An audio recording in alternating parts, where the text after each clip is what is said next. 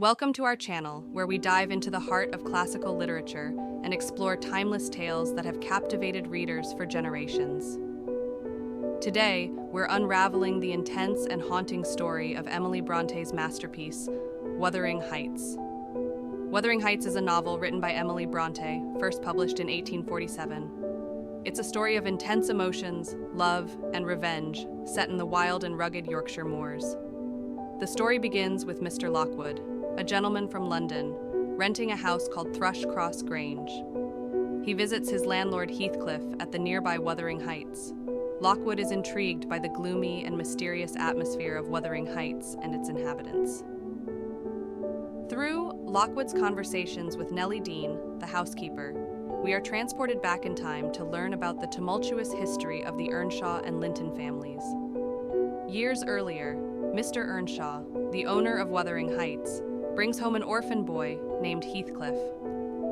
Heathcliff forms a deep bond with Mr. Earnshaw's daughter, Catherine, but Earnshaw's son, Hindley, despises Heathcliff. When Mr. Earnshaw dies, Hindley becomes the master of Wuthering Heights and treats Heathcliff as a servant, fueling Heathcliff's desire for revenge.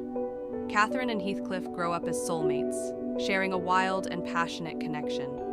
However, Catherine is also drawn to the more refined lifestyle of the Linton family at Thrushcross Grange. She becomes close to Edgar Linton, who falls in love with her.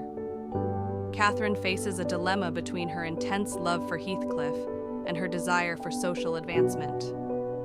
Eventually, Catherine decides to marry Edgar, believing it would elevate her social status.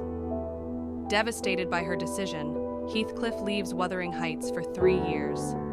He returns wealthy and determined to exact revenge on those who wronged him.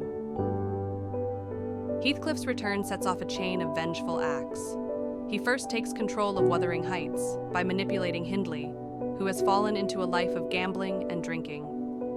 Heathcliff then marries Edgar's sister Isabella to spite Edgar and further his plans. Isabella soon realizes Heathcliff's cruel nature and escapes, but not before giving birth to their son Linton. Catherine's health deteriorates due to the emotional turmoil of her divided loyalties.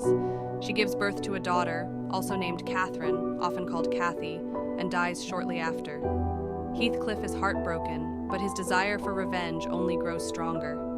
Years pass, and Heathcliff's obsession with revenge extends to the next generation. He ensures that young Catherine and Hareton Earnshaw, Hindley's son, suffer under his control. He forces a marriage between Cathy and his sickly son Linton, securing his claim to both Wuthering Heights and Thrushcross Grange. After their marriage, Cathy is essentially imprisoned at Wuthering Heights, where she nurses Linton. Heathcliff shows no concern for Linton's welfare, beyond using him to fulfill his revenge. Linton's health continues to decline, and he eventually dies, leaving Cathy widowed and under Heathcliff's control. Despite the misery Heathcliff inflicts, a glimmer of hope emerges. Young Catherine and Hareton, initially at odds, begin to develop a bond.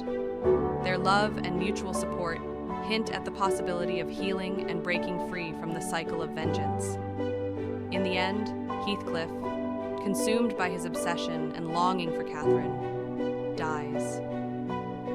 His death brings a sense of relief and liberation to the inhabitants of Wuthering Heights and Thrushcross Grange.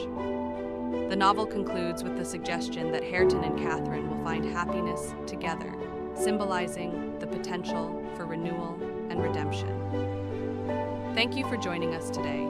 Don't forget to like, subscribe, and hit the bell icon for more literary explorations.